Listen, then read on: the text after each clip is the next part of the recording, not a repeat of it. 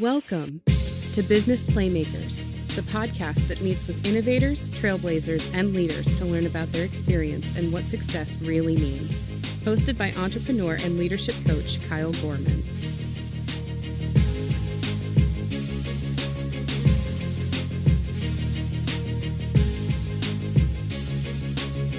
Business Playmakers is presented by the Employer Blueprint. Employer Blueprint is dedicated to management and leadership development through one-on-one coaching and group seminars. You can find free resources from Employer Blueprint through YouTube, Facebook, and Twitter. And for more information, simply visit employerblueprint.com.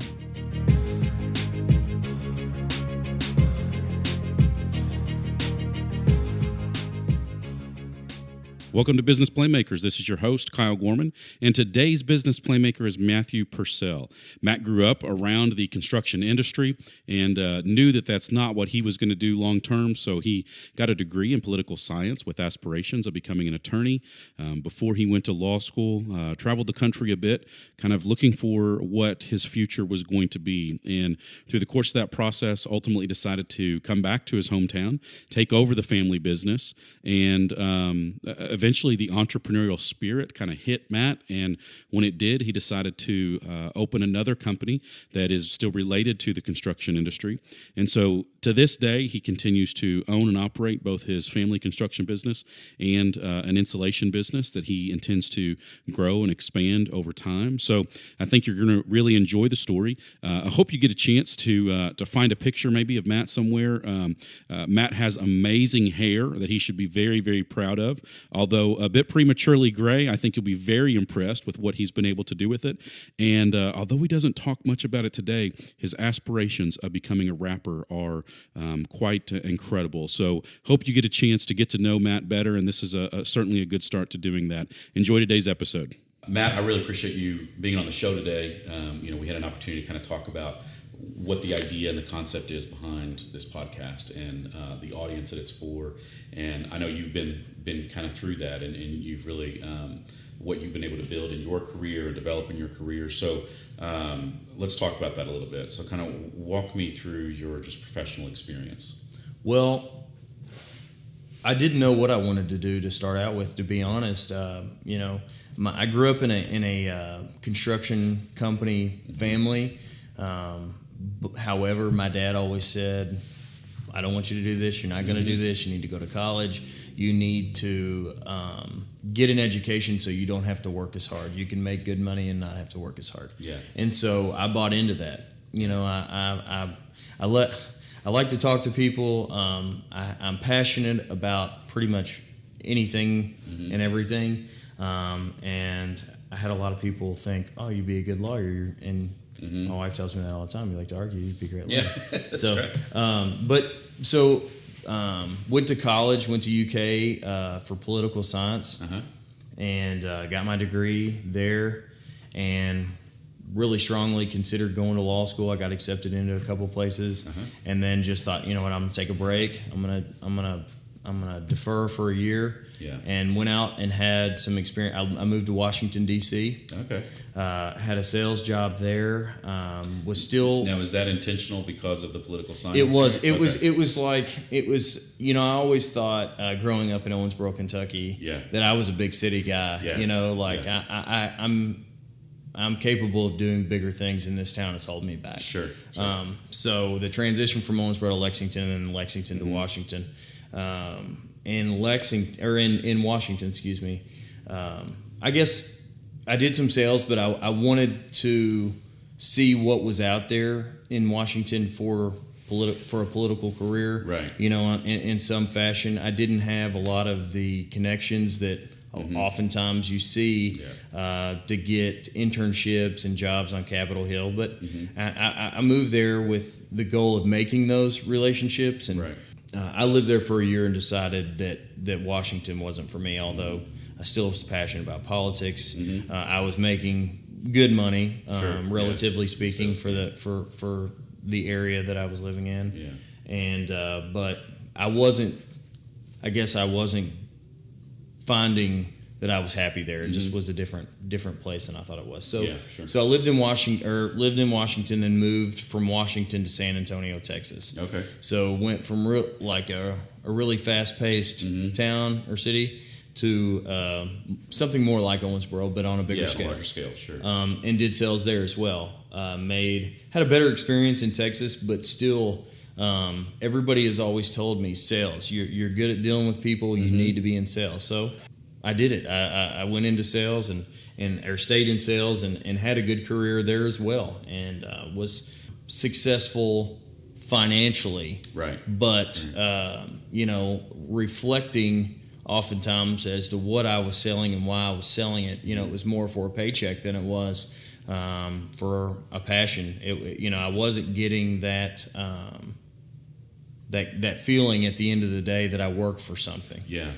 So I began to talk to my dad. Again, he is a second generation family business owner, and telling him my concerns and asked. He said, "Well, do you think you're ready to come back and jump back into the family business?" And I said, I think I am. I think I've just figured out what I thought I wanted is not what I really wanted, and came back and also moving back to Owensboro, was looking to start a family, at some point, and looking for somebody that wanted to be in Owensboro. Yeah.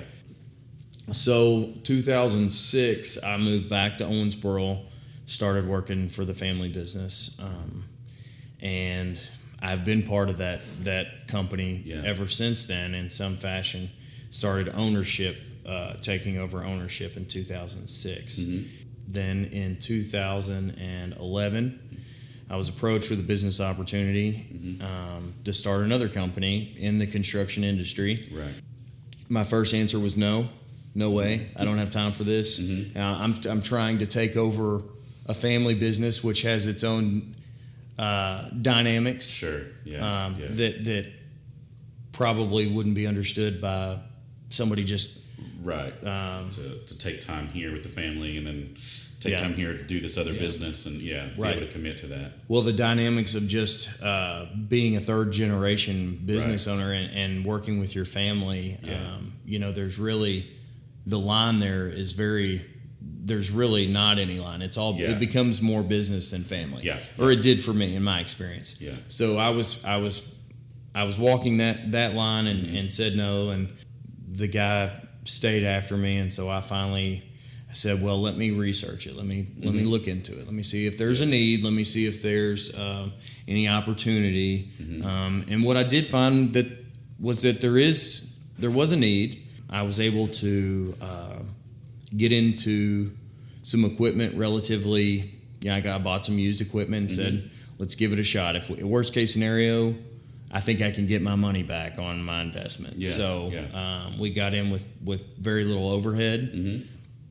Started with me and one employee, this guy that wanted to get into this business. And so did he approach you knowing that you had the capital to be able to get the business started? That's where it started. It was exactly okay. He had the idea, and it wasn't some novel concept. It was just like I have this. I think there's a need here. He knew this industry. He's been trained and had done it for a long time, but wanted to be a business owner himself. That's not exactly the way it wound up. I wasn't willing to go into a partnership agreement. I'm just not cut out that way. I hear you. But at the same time, I did offer him profit sharing, and so 6 years later, we have 6 employees. So that's growing. We run 3 crews every day. We've grown it. It started.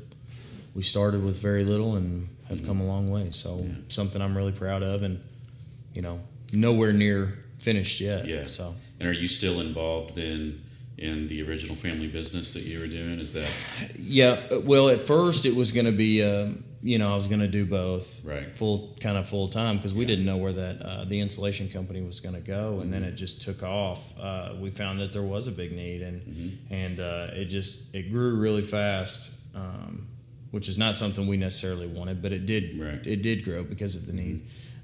for somebody to do a good job and have good customer service. There wasn't a company like that out here in our market. But so yeah, to answer your question, I started out, probably 70-30 and 70 towards the construction company, 30 towards the installation. Yeah. And it just slowly shifted to the other way, to almost probably 90-10. Right. I'm still involved in the construction company as an owner. I keep my eye on it with everything, but my dad.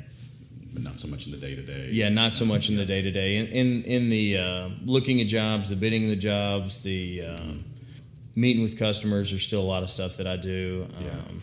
I'm involved heavily at the Home Builders Association. I'm the president of the Home Builders Association this year, so that role is from a builder's. You can't. You have to be a builder to be in that role. So I do a lot with that organization, and we're at a transitionary point right now because my dad actually is retiring in a week.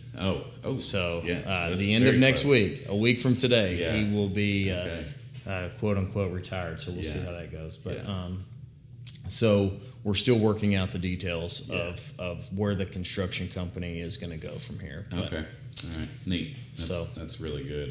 That's just the third generation and being a part of that, and a lot of companies don't make it through the second, let alone getting to the third generation. Right. That's pretty cool. So what mentors have you had along the way through your career that you've been able to kind of look to or look up to or look towards as you've developed? Well, obviously my dad is my number one mentor. And I try to take good and bad from, he is very old fashioned, but it has served him well. I guess what always was so impressive to me is, when we would go places, what his customers would say about him to me. And even through second and third hand, I would hear people say, "Oh, your dad will do anything for his customers. He's a good, honest, loyal man.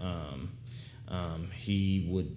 He just builds a great house. He's the best in Owensboro, or things that I would hear. So, I want the same thing for myself. So I of course just listened and watched and did everything I could do to soak up that information as to what he was doing and why he was so successful, and why people felt the way they did about him. And so, really, it came down to me to be. I think my dad has a service mentality.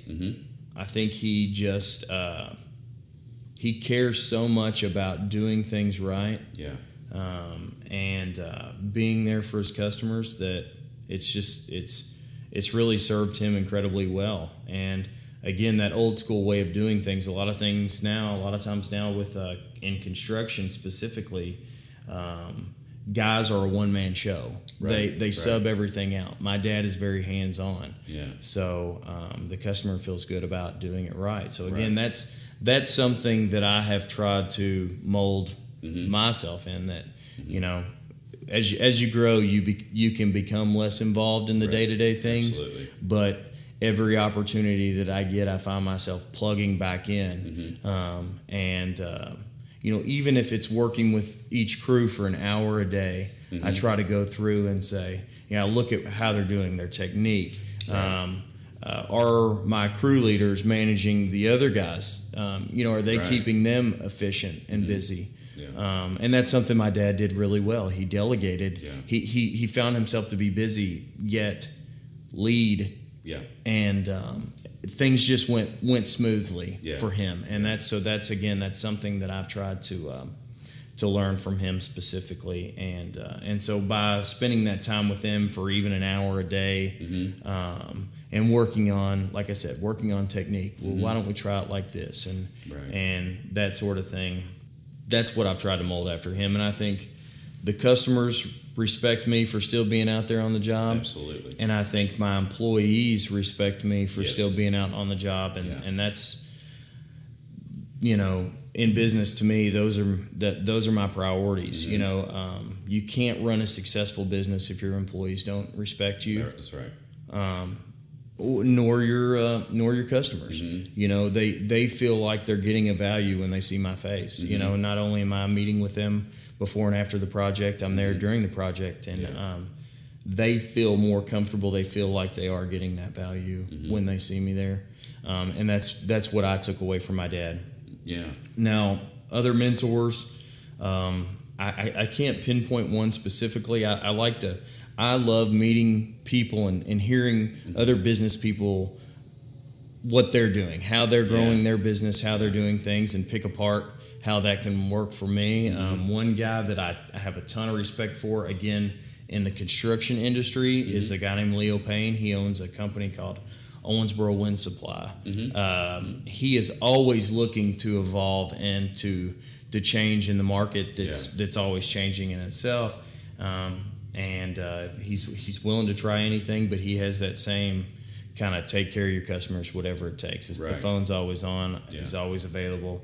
But he has grown. You know, he bought into a small franchise when he was a young guy, and you know, he's 45 or 46 years old and is comfortable enough now to retire. Those are people that I want to learn from, and that I choose to try to follow in their footsteps, so to speak, and pull apart what they're doing. So, well, that makes sense. When you can find people that have achieved in an area that you want to achieve in, and you can kind of learn from them, and as you say, kind of pick apart, like, what'd you do, how did you do it, how did it work? That's a great way to be able to learn from them and try to kind of follow in those coattails when possible. Well, I think as a small business owner, most of us are type A personalities. Yes. We are aggressive. Yeah. And with that comes a slight arrogance, maybe at times, that we have the ability to do it right. But what I try when people ask me, what do you do? Why are you gaining? Is that I want to learn. It's so important to me to talk to other people, because no matter what I get, whether it's good information or bad information, I analyze it and think, I'm not doing that, but I want to do this, and try to take away, from every conversation I get. I really try to listen and hone in on maybe just one thing that they're doing. And if I can change my business in just one way, it's not big things, it's little things.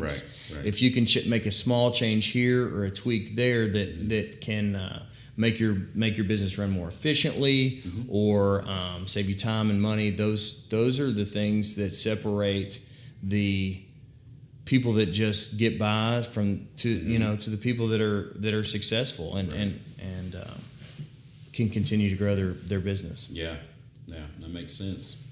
And so through the course of your career, whether it be after graduating and what you did in Washington and San Antonio, or since you've come back and looked at these, is there any kind of pinnacle moment for you that you look back on and say, that was a success story, that was a win for me, that was a peak moment that I think I'll always remember through the course of your career? There's not one moment.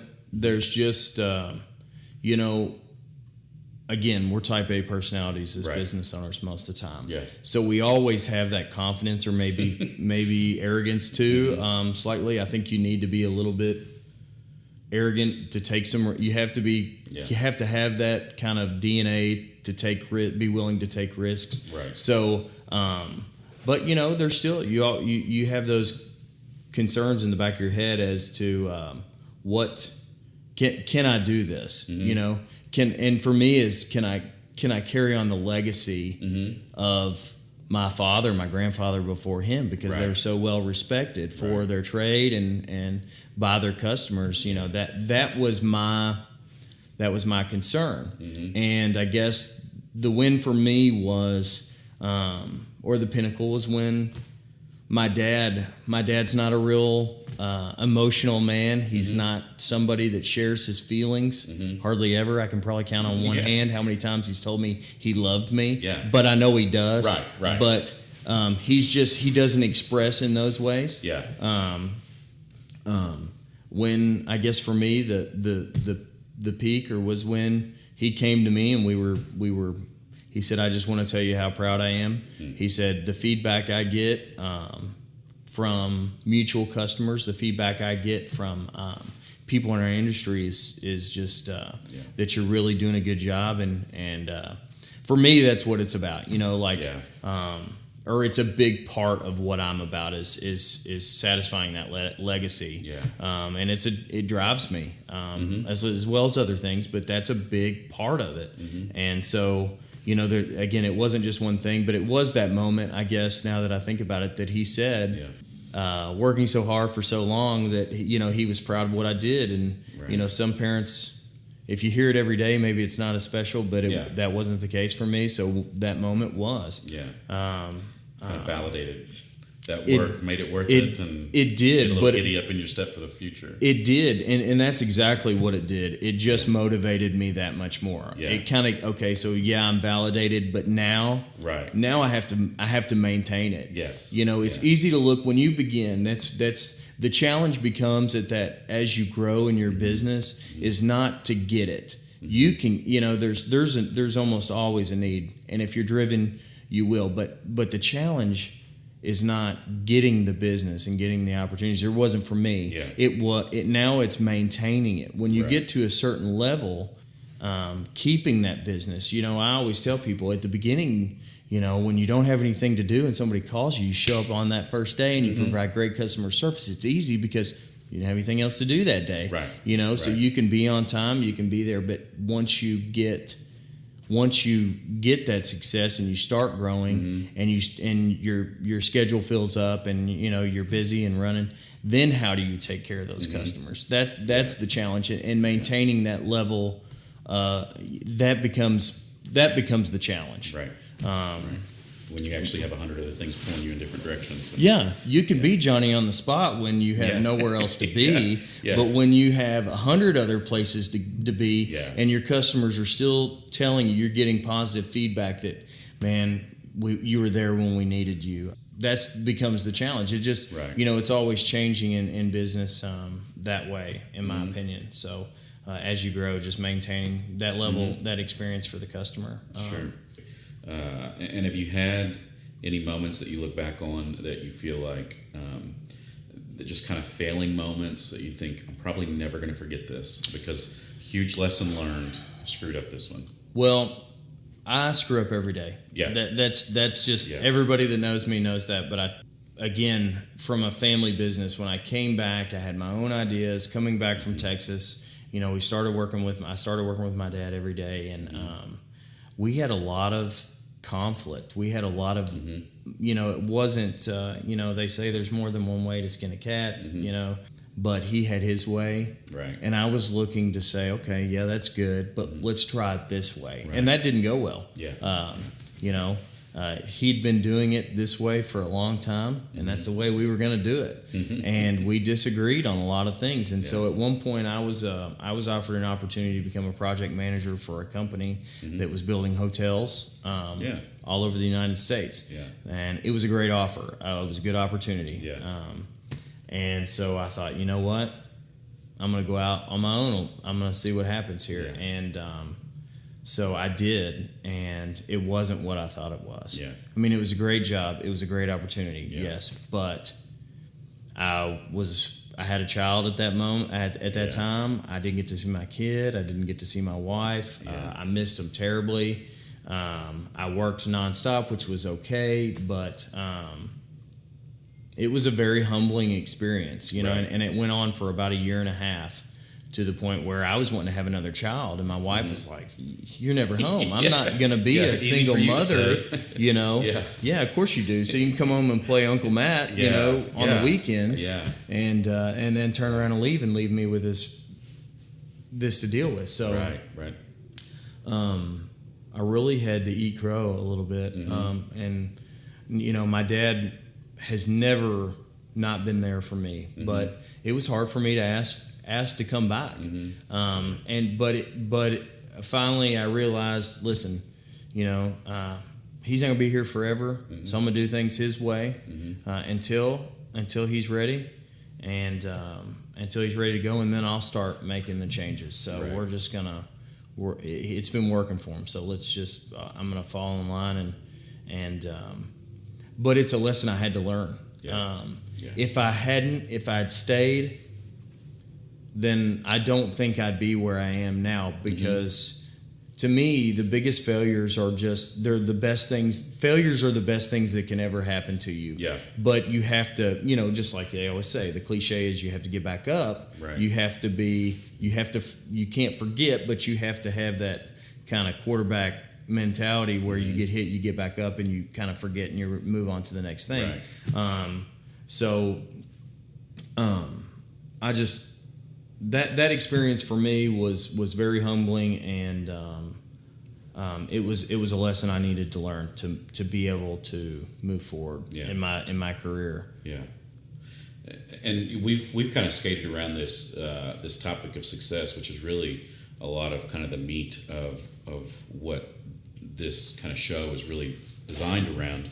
And you talked about earlier in your career, you had some financial success, and then success in as far as what you've done in building a company and having multiple employees and the multiple crews and things like that. So let's tackle that for a second. And how would you define success? What does success mean for you? Success, there's multiple ways to view it, obviously, and I try to look at it in different ways and not just one way specifically. And as you said before we started, is that your idea of success at 25 is different than your idea of success is at 35, and I think for a lot of us that's true. At 25, it was all about financial success. Yes. It was all about how much money can I make. And it wasn't, that's what motivated me. Now it's different. Success is about, we got to pay the bills. We need to be financially successful, and that is how we gauge our business. But for me personally, success is being a good leader, being there for my employees, again, being there for my customers, getting positive feedback from them, and taking good care of them, being there for my family. Yeah, that's something I didn't get. That is, I referred to taking good and bad from people, and that's one thing that I have taken, is that I'm going to be there for my children. I'm going to be home at night. I'm going to be there on the weekends.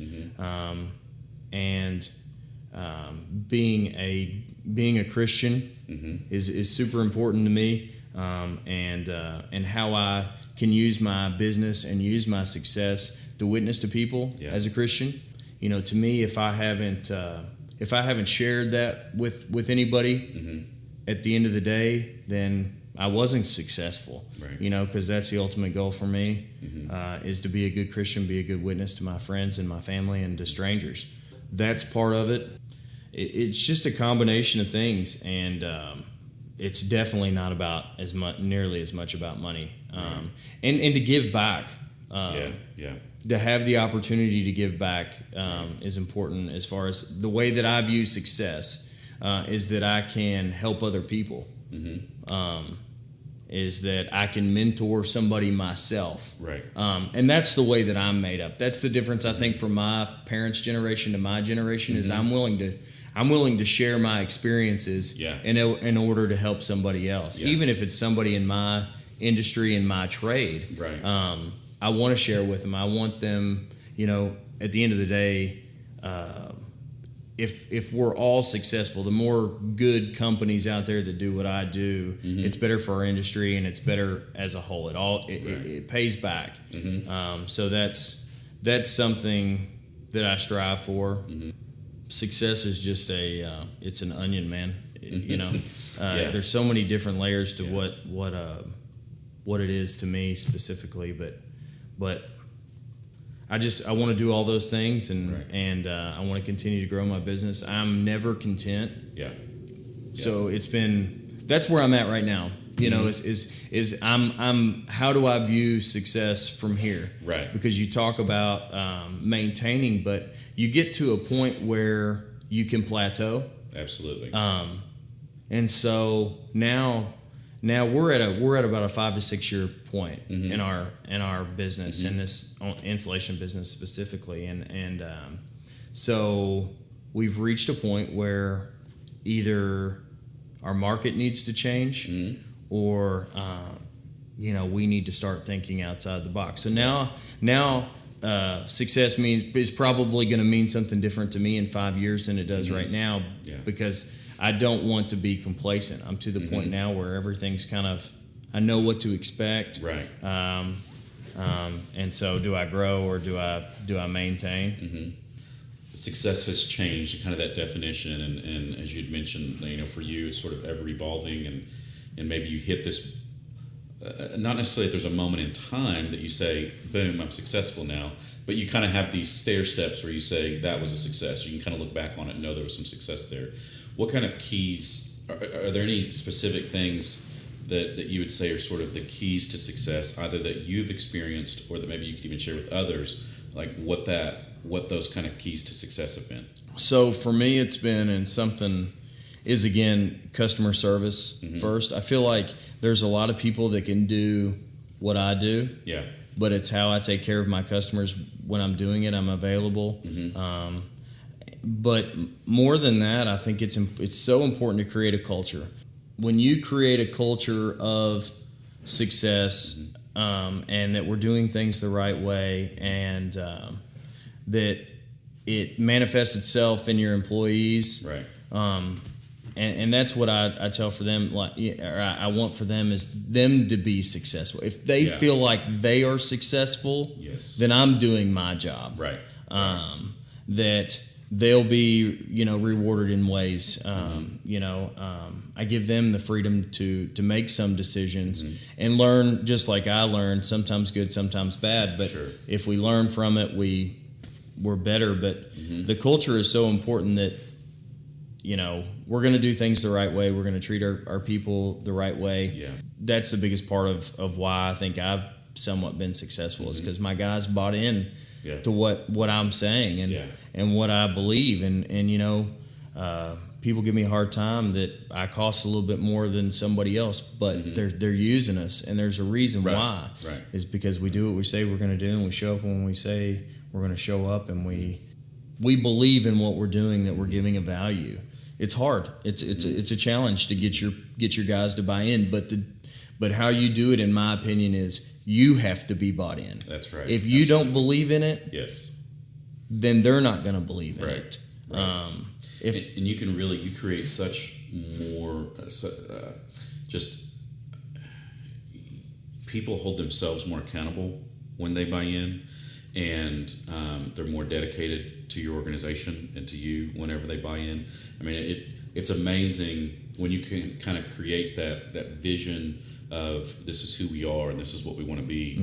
Then even if they hear of or see other opportunities out there that may pay better or have better benefits or have whatever, just knowing that no, this is me. Like I am part of this. This is where I belong. Their commitment to you and to the company is so much greater when you've got that sort of common bond of this business and what our culture is. That, I think you hit the nail on the head, and for me, it's like when people ask me, when I talk about my employees specifically, I don't say we work together. Right. I don't say they work for me, because we don't. Right.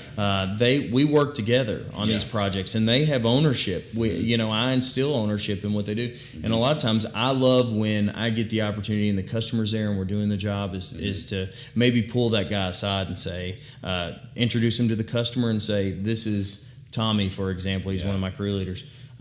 This is Tommy. Tommy really cares about this job. He's doing you a great job. If you have any questions, he would love to tell you about what he's doing. Basically create that sense of pride and ownership, is that, number one, they're going to be held now they're held a little more accountable. Not just to me, but to the customer. Right. It gives them, when they do a good job, that customer knows them by name now, and it gives them a sense of pride that, hey, I did this. And that's what it was for me coming back. I was missing the tangibility aspect of of success. Yeah. Success to me is driving down Griffith Avenue and showing my children some houses that their grandfather and I built together, and their eyes lighting up. To me, if I can do that and make a little bit of money at it too, then I'm happy. That's what life's all about for me, and I enjoy it.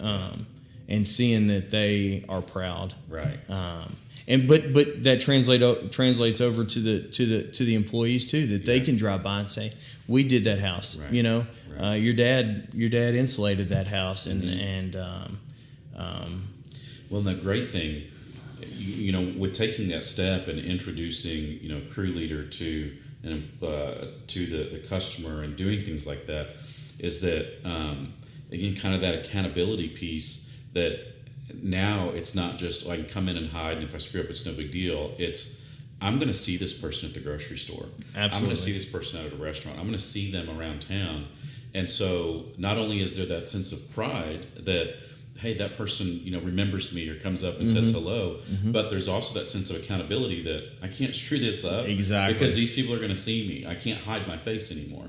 And so to be able to be out there and in front of the community that they're serving, it kind of prompts people. It prompts the right people anyway. It prompts the right people to step up and take on more of that leadership role, because they know there's some accountability there beyond just I'm here to do a job, but I am here to do a job for that person, and that person now knows me. And it makes it personal. And I think that's a good thing for both, for the customer and for the guy doing the job. And so let's look forward a little bit. The next 10 years, what does that look like for you professionally? So I've got a 5-year plan and a 10-year plan. My 5-year plan is to open up another branch. We service, I told you, we service Evansville, Madisonville. So at least one of those places to have a store, have a dedicated space. Have a dedicated space and have a dedicated crew to those areas. It's been important for me to really make sure we were in a good place before I went to the next place. And I'm getting there right now. I feel like we're really close. So that's why I'm building on the next place. I need to find the right people. Obviously. You can't do it. You cannot do it without employees and good people that care. So so our 5-year plan is to have another store location where we operate out of, and really get that going. And then 5 years from there, at the 10-year plan, my goal is to start a franchise, to start franchising our business. Is to market other, or take our culture and our system and the way we do things and our approach to customer service, and help others that want to start a business in this industry, and that have all the tools but may not be able to financially start something. So partner with them in starting in other parts of our area. Maybe go to Louisville, maybe go outside of the state, and get that started. But it's important to me that the culture stays the way that we've started it. So my 10-year plan is to have at least one franchise going in 10 years that I can help them get started financially, and then help them become a success story. Whatever that means to them. But that day that you open up another location, your whole leadership style is going to change and has to change. And what I've found is that is one of the biggest challenges in multi-location or satellite locations, whatever you want to call it, is maintaining that company culture, and getting a company to, when you have 10 employees here and then 50 miles away or 20 miles away or heck 5 miles away, having this group of employees, because the personality mix is going to kind of create its own culture within, but then to be able to maintain a certain culture of, pride, accountability, autonomy, respect, all of these things that you've tried to instill, that is one of the biggest challenges in expanding, is being able to maintain that cultural dynamic. And, Absolutely. But I think that's great, and I think you certainly have a lot of opportunity to grow in the industry. But yeah, so it'll be fun to see that, and I'm sure kind of create that whole new set of challenges for you. But sure, as someone that's driven and focused, it's those challenges sometimes that get us out of bed every day. Well, that's what I look forward to. Right now I'm at a point where, like I said, I could be complacent, or I can, where do I want to go? And for me, it's just, there's no question, which direction I'm going to go, and I'm going to fail. I'm going to fall on my face a couple of times. Again, I'm not going to make the right decision every time, although I'm going to try really hard to. But that's, for me, it's just going to take the right person. I'm not going to the first guy that calls and says, I want to franchise with you, I'm not going to say okay. It's going to, they're going to have to really be vetted to make sure that they buy in, and it's my job to get them, not only to find the right person, but to make them buy in on what we do, because it's not about money. It's about doing something. Now, you mentioned earlier about someone 45 years old and could retire if they wanted to, and you've said even where you are now, like you kind of have to make that choice. Like, I could stay where I am, kind of plateau, remain complacent, or continue to push and move forward. So what does that concept of retirement even look like for you? Just freedom. For me, it's being able to, I guess I have a level of freedom now as a business owner, but like to have financial freedom, to be able to know that my family's taken care of, to know that my kids have a work ethic, but still, they can go to college. I can help them with a wedding and a car maybe along the way. Retirement means to me just, I don't know, because I don't know that I'll ever retire. Truthfully, I think I'll want to work as long as I can, in some facet. I don't think I'll ever be able to sit still long enough that I'm always going to have goals, and I'm always going to be working. Like I enjoy work.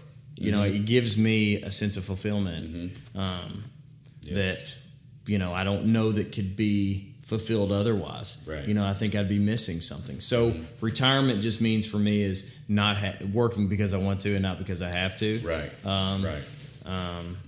But I doubt I'll ever fully retire. Maybe every now and then I go hit some golf balls or something when I want to. But that's I often tell people like this. When I'm away, even whenever I'm away on vacation or whatever, I look forward to getting back into the office. And for me, like that's my oasis. Like when I sit down at my desk in front of my computer and I'm kind of going through my to-do list and think, like there's a very weird sense of relaxation in that for me, where I feel like I'm getting something accomplished. I'm doing something, and certainly there are stressors and things that go along with that. But I certainly can understand that and relate to it. That there's something about just going to work. It's part of your makeup. It's part of your. I tell people that I think it's part of our DNA. I think that's how we're wired. It really is, and I'm the same way. When I'm on vacation, I'm more of a nervous or anxious person than when I'm here. And even if everything's going right while I'm gone, I'm very fortunate to where very few things have gone wrong while I've been gone. But still, I miss it. I truly do. A couple of days, and I'm like, what's going on? I'm calling my guys. I'm bugging them more than I'm doing anything because I want to know what's going on. What what are y'all doing? You start to miss it. And I don't like it when they don't call. No news is always good news most of the time, but like I miss it. So it's just part of who I am to, and I think if it's not part of who you are, then you're not in the right place. Yeah. You may be the right kind of leader, and you might be a great business owner, right? Just not at that where you are. Yeah. Just kind of a fun question. If you win $1 million today, what do you do with it? What's that look like? Well, first thing I do is tithe 10% to the church. That's would be the very first thing I do. That's the first thing that I do every week. Sunday is the first day of the week for me, and I give my 10% to the Lord and thank Him for all my blessings, and so that would be the first and no brainer. The second thing I do is probably just it's no fun. It's not exciting. It's tithe and then put it in a trust for my kids for college. I'm not real exciting in that way. Maybe go on a nice trip. I like to travel. I do enjoy traveling, which is kind of contradictory to what I said. I like to go and see new things, but at the same time, I like to know what's going on here. But probably go on a nice trip, and then that's it. That's it. Just go back to work.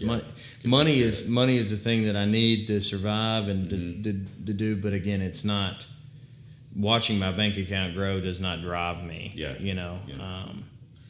Because it actually goes up and down quite a bit. Every time I get a little bit, I just turn around and try to reinvest it in something else that's gonna make me more. My next challenge. I think just challenges. Is what drives me, and I don't want to be complacent. Right. So let's talk about how we can kind of give back to others and help some others in their path.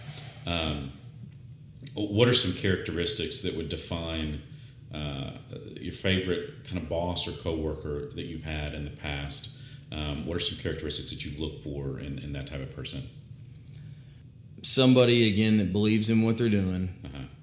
That I can buy into a lot of things if I see it from them.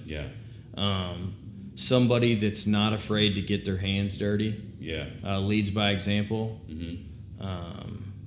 Somebody that is respectful. I always feel like we're professionals. Right. The guys that work for me are professionals. They screw up, but I still need to treat them like a professional. Right. And so somebody that treats me, if I'm the employee and working for an employer, somebody that gives me that profession, allows or treats me like a professional, that I'm trainable, but they hired me because I'm qualified to do a job. Right. So that and give me enough rope to hang myself, but also be there to teach me something if I need to be taught. That's going to share, not just want to.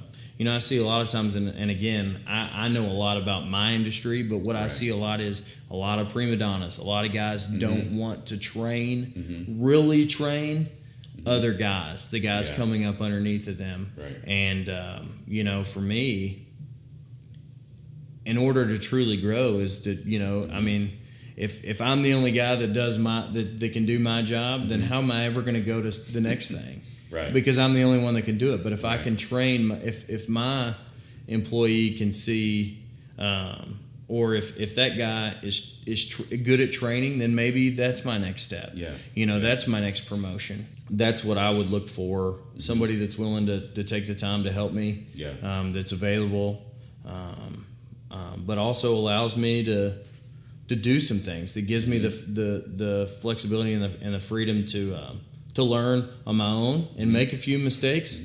Fall on your face sometimes. Sometimes that's the best lesson. It has been for me every time. Yeah. It takes my parents will attest to this that I've made plenty of mistakes, but that's the only way I've learned personally. Right. I don't do anything because somebody told me to do it. It's because I did it and failed and figured out that, hey, this doesn't work. Let's try it this way. Are there any personalities in business that you try to just steer clear from, that you try to stay away from, that you feel are kind of toxic for you?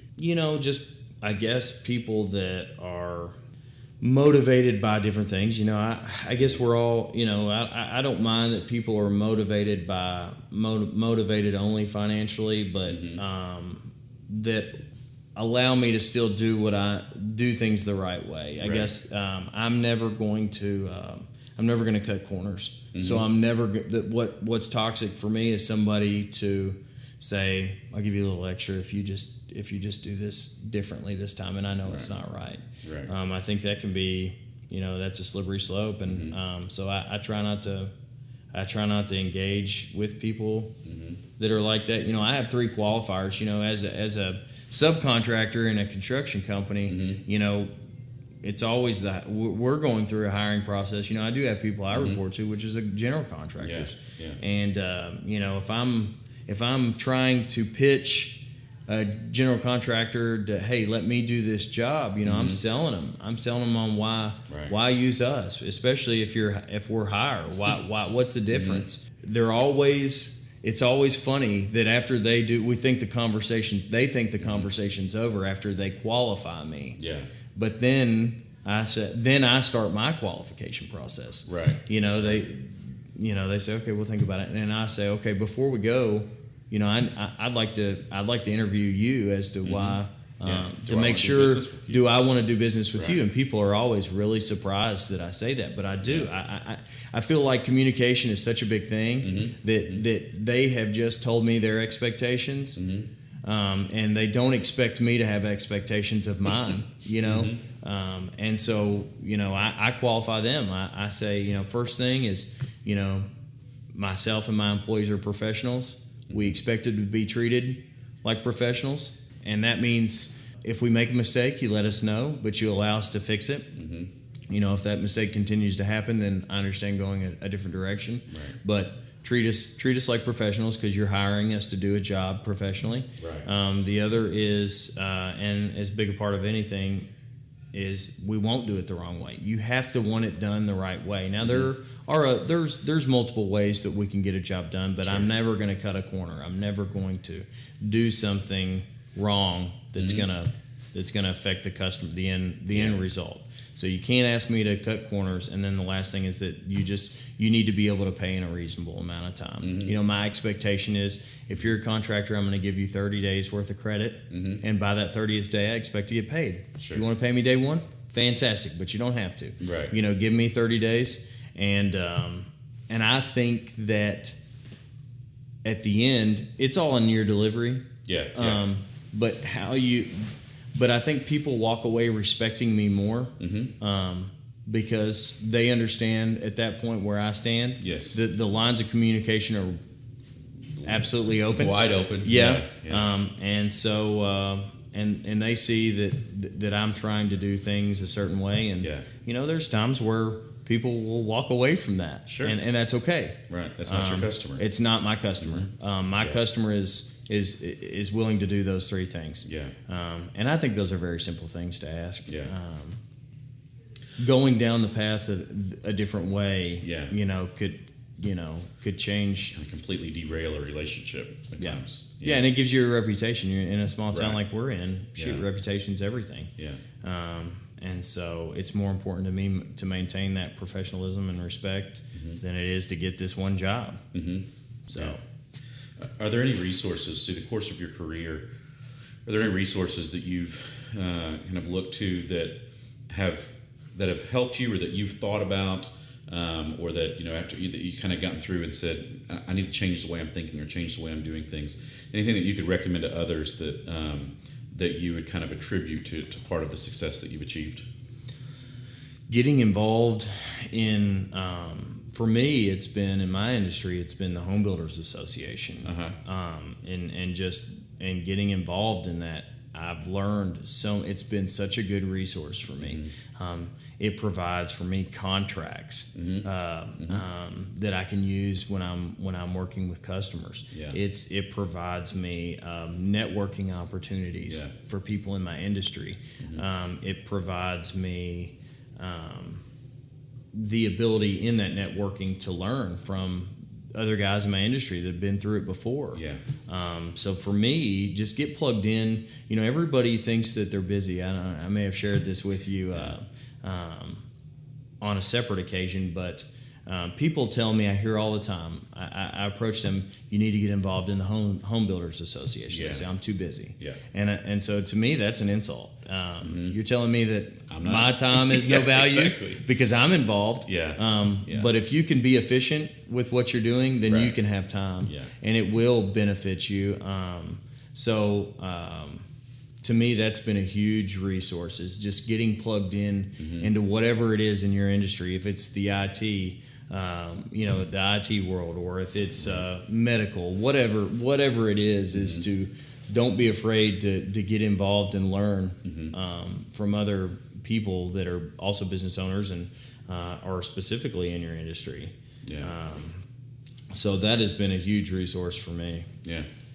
And do you have any, kind of before we close out, what kind of advice might you be able to give to other professionals out there that are, that are either defining success, redefining success, striving for some sort of success? What kind of final advice maybe could you give to some people out there? Well, it sounds so cliche, but don't be afraid to fail. Take calculated risks, but take risks. Because if you don't, you'll never achieve. You'll whatever that success is, you won't get it. You know, but you're gonna look back. You're gonna look back at some point and say, if I'd done this differently, you know, and you're gonna do that anyway. But be willing to take the risk. Believe in what you do. Again, go back to, if it's not truly a passion, then it's probably not going to work out the same way. So find something that you're passionate about, and that's something I've learned from you specifically, is that you may be getting by and you may be doing okay in one thing, but it's holding you back from what you can achieve. So don't be afraid to follow that whatever that passion is, because more often than not, if you're passionate, you'll love it and you'll be successful at it. And again, whatever that success means to you or individually. Take care of your customers is my main thing. Is be available for them. You can create boundaries. You can create expectations. So you don't always have to be available. But I think as long as you communicate those expectations and you can still provide really, really good customer service.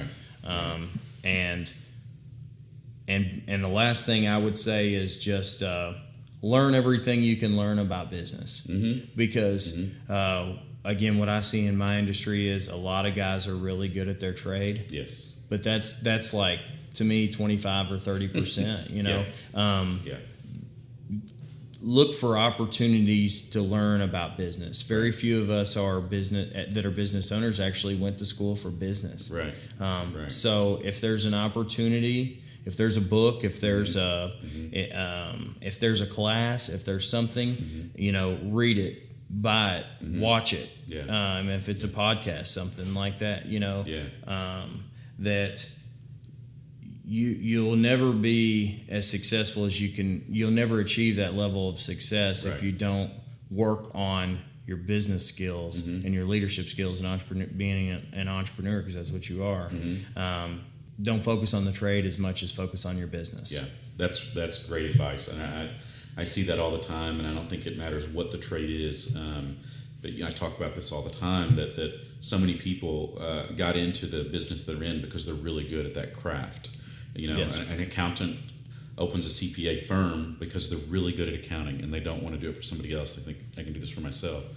Very few people are just naturally skilled at running a business, managing employees, dealing with leadership issues. That's not where the skill set is. It's in the craft. It's in the trade.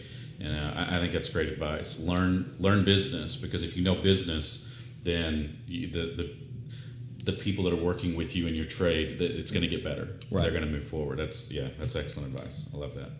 Well, knowing your trade or knowing what you're doing is important. But it's such a small piece of the pie. When you start putting all those pieces together to run a successful business. Absolutely. Well, excellent. Matt, thank you so much for coming on the show. I really appreciate it. It's been a joy talking to you. Yeah, my pleasure.